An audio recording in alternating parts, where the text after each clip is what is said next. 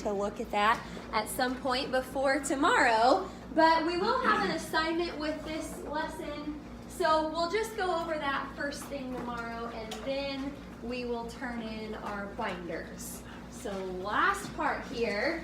Now, I went ahead and put a title with this. This is still section 4.4, but now we're talking about the second fundamental theorem of calculus.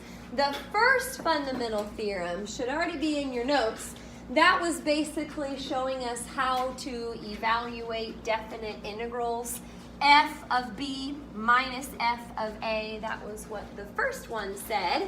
So I should probably give you right off the bat here a little information about the second fundamental theorem of calculus. And so there is a little intro part here that will just kind of set us up. It says if f is continuous, I haven't talked about continuity in a while, but if f is continuous on an open interval I, containing A, then for every x in the interval, if f is continuous on an open interval I containing A, a lot of variables up here, then for every x in the interval, ... Basically, I'm going to give you this with all of the fancy notation first. So why don't you maybe just copy it down first, and then I'll kind of explain what's going on. It's got d over dx in front, then some big old brackets, and inside of the brackets, it's an integral. It's integrating from a to x. A is the lower bound, x is the upper, and it says f of t dt, bless you, but that is going to equal f of x. So for the most part, this theorem just kind of tells us, and by the way, do you remember what this notation is referring to? Derivative. The d over dx always means derivative. So for the most part, this theorem is basically saying if you take the derivative of an integral, derivatives and integrals are kind of inverses, they cancel each other out, that gets you back the original function. Now notice it switched from f of t to f of x. The reason for that is because your upper bound is x. Once you integrate that, you'll be plugging in x at the end, so it turns out your answer is going to be a function of x, no longer a function of t. So you can just take that for right now. Most of the time, that theorem doesn't really click too much until we actually see it work in our examples. So I've got a couple like this, and then I'll switch the directions one more time after those. But it says find capital F.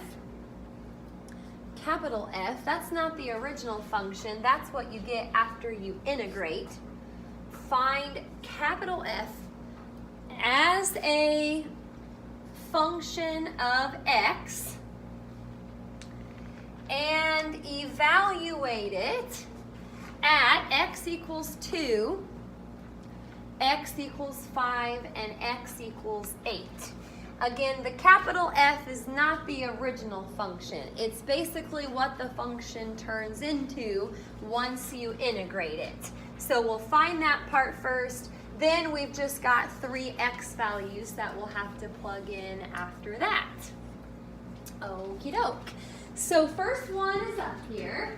Go ahead and copy it, and then I'll try to explain where we're going with this. Example 1, capital F of x equals the integral from 2 to x of t cubed plus 2t minus 2 dt.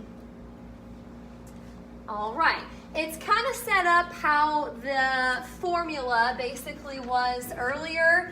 The 2 here is like the a from earlier. X is still just x, but this is your function of t, and we're integrating it with respect to t. So let's go ahead and actually figure out what that integral would be. Let's go ahead and integrate. So I'll have t to the 4th over 4.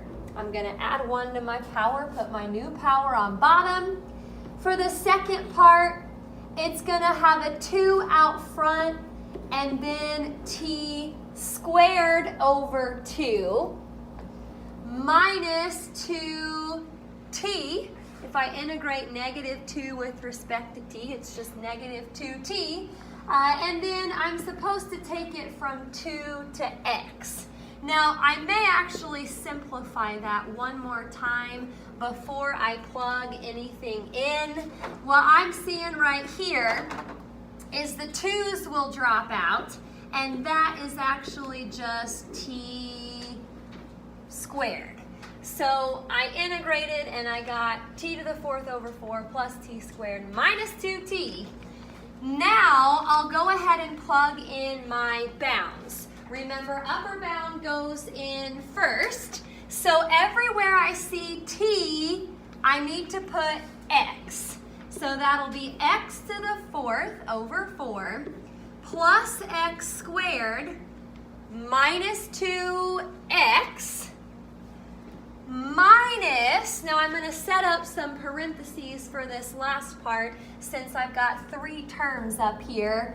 Plug in the 2. 2 to the 4th power is 16.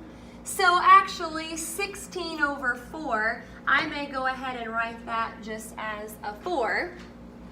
Now plug it in right here. 2 squared is another 4 minus 2 times 2, which is another 4. It doesn't always happen that way.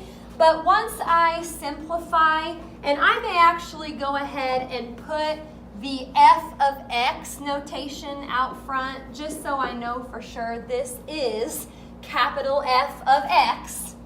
It's going to equal x to the 4th over 4 plus x squared minus 2x minus, now I could go ahead and drop off those 4's, and so it'll just be minus 4 at the end. That is basically the first part of this problem. We had defined capital F of x, but now as you see, it's in terms of x instead of t. All right, any questions about how we got that part? Now, the only thing left to do is plug in those 3 x values that they gave us earlier. We need to figure out f of 2, f of, the other one was 5, and last one, I'll have to put this one over here, f of 8. It said in the directions, evaluate it at x equals 2, x equals 5, and x equals 8. So that's why I'm doing it that way. Now, I suppose since this function is kind of complicated and you've got 3 different x's to plug in, if you want to just put that into your y equals on your calculator, that's what I'm going to do. X to the 4th over 4 plus x squared, and then minus 2x minus 4. Once I type it into the y equals, now I can just trace to all of these values. So trace to 2, and you get back 0. Trace to 5, that's not as nice, but it's like a 167.25.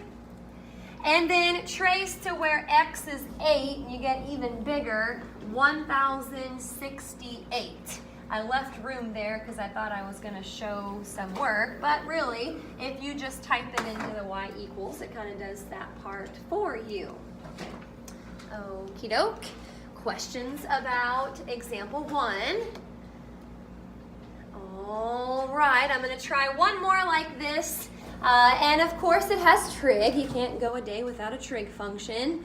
Example 2, capital F of x equals the integral from 0 to x of sine of t dt. All right, we got to integrate first. So I'll bring that down for now. What do I get if I integrate sine of t? Negative cosine of t. Very good. I need to take that from 0 to x, but I got to plug in the x first. So I'm going to bring that notation down again, but plug in the x, and it's just going to say negative cosine of x minus, be careful with the negatives, you have to subtract what you get when you plug in the 0. So I'll have 2 negatives there, but first I need to figure out cosine of 0. You can use handy dandy, or if you type it in, as long as you're in radian mode, cosine of 0 is 1. So I've got negative cosine of x minus negative 1. Well, I'll go ahead and make that plus 1. So that is my capital F of x. That's what I get after I integrate. Now I still have to plug in those same x's. It was 2, 5, and 8. Now really there's not as much going on with this function. If you want to just do it one at a time, plug in the 2. And again, you should probably check your calculator. Make sure you're in radian mode when you go to type these in. But negative cosine of 2 plus 1, I'm going to round to maybe a couple decimal places. That would be about a 1.42. Now f of 5, negative cosine of 5 plus 1. And by the way, as you're typing this into your calculator sets up parentheses for the 2 and the 5 and the 8. It's probably, I don't know, why don't I just try it? Negative cosine of 5 plus 1. It is important to end those parentheses before you hit plus 1. I just tried it out on my calculator, and you do get back something different. So always end that before you hit plus 1. And then same with the 8, negative cosine of 8 plus 1. I get about a 1.15. So those would be 3 more answers there once you integrate to find capital F of x. Okie doke. Now, we haven't really seen the second fundamental theorem of calculus work yet, because neither one of these examples really involved taking the derivative. Remember, that was the part in front of the theorem, actually taking the derivative of the integral. So that's kind of what we're going to see on the next couple examples. There's a few parts to these directions, so you may want to get these down. I guess only 2 parts. It says integrate to find capital F as a function of x. Same basic thing we did on the first 2, at least at the beginning of the first 2. Then demonstrate the second fundamental theorem. I abbreviated fundamental theorem. Demonstrate the second fundamental theorem by differentiating, fancy word for taking the derivative, of the result from part A. Demonstrate the second fundamental theorem by differentiating the result from part A. If you take the derivative of the integral, then you should get back to the original function. Okey-doke. We'll just try a couple of these and then that should be it. So this will be example 3 for us. Capital F of x equals the integral from 0 to x of t times t squared plus 1 dt. T times t squared plus 1 dt. Probably a good idea to rewrite that before you try to integrate. And to do that, I would distribute the t. Let's make that t cubed plus t with respect to t. That'll be a little bit easier to integrate.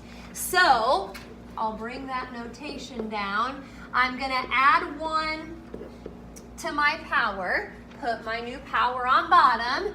Same with the t. Technically, that is t to the first power, so t squared over 2, and I'm going from 0 to x, but we know we have to plug in the x first. So this will be x to the 4th over 4 plus x squared over 2 minus what I get when I plug in the 0. Now, if you look ahead at what that's going to be, all of this stuff in the back is going to be 0, and subtracting 0 really doesn't change anything, so we can probably leave that part off.